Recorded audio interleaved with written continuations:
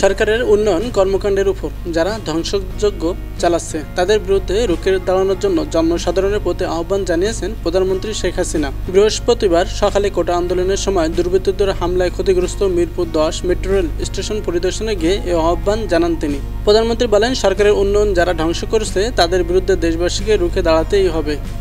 এ তাণ্ডব যারা করেছে তাদের বিচার দেশবাসীকে করতে হবে।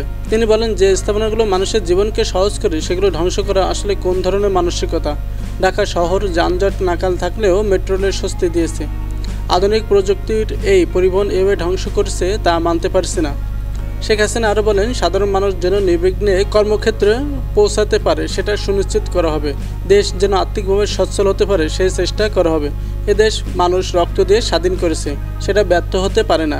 এর আগে গত শুক্রবার বিকেলে রাজধানী মিরপুর 10 ও কাজীপাড়া মেট্রো রেল স্টেশনে হামলা হয়। ভাঙচুর করা হয় স্টেশনের CC close circuit camera, LED monitor, ticket counter machine সহ বিভিন্ন গুরুত্বপূর্ণ সরঞ্জাম। লুট করা হয় মূল্যবান অনেক জিনিস। পরে কী পরিমাণ ক্ষতি হয়েছে তা নির্ণয় কমিটি গঠন করে মেট্রো রেল কর্তৃপক্ষ। কোটা সংস্কার আন্দোলন চলাকালে সহিংসতা ঢাকা উত্তর সিটি কর্পোরেশনের 205 কোটি টাকার ক্ষয়ক্ষতি হয়েছে বলে জানিয়েছেন মেয়র মোহাম্মদ আতিকুল ইসলাম। দুপুরে মিরপুর সহিংসতায় ক্ষতিগ্রস্ত ডিএনসিসির আঞ্চলিক অফিস পরিদর্শন করলে তিনি একথা বলেন। মেয়র মোহাম্মদ আতিকুল ইসলাম বলেন, আন্দোলন চলাকালে ডিএনসিসি 5টি আঞ্চলিক অফিসে ভাঙচুর চালানো হয়েছে।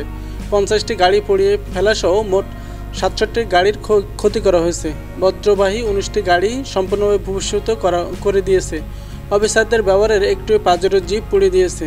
এছাড়া আরও 17টি গাড়ি ভেঙে দিয়েছে। আমাদের বর্জ্য পরিবহনের মোট যানবাহনের 4 ভাগের 1 ভাগ ধ্বংস করে দেওয়া হয়েছে। এতে রাজধানীর বর্জ্য নিরসন ব্যবস্থাপনা ব্যাহত হচ্ছে।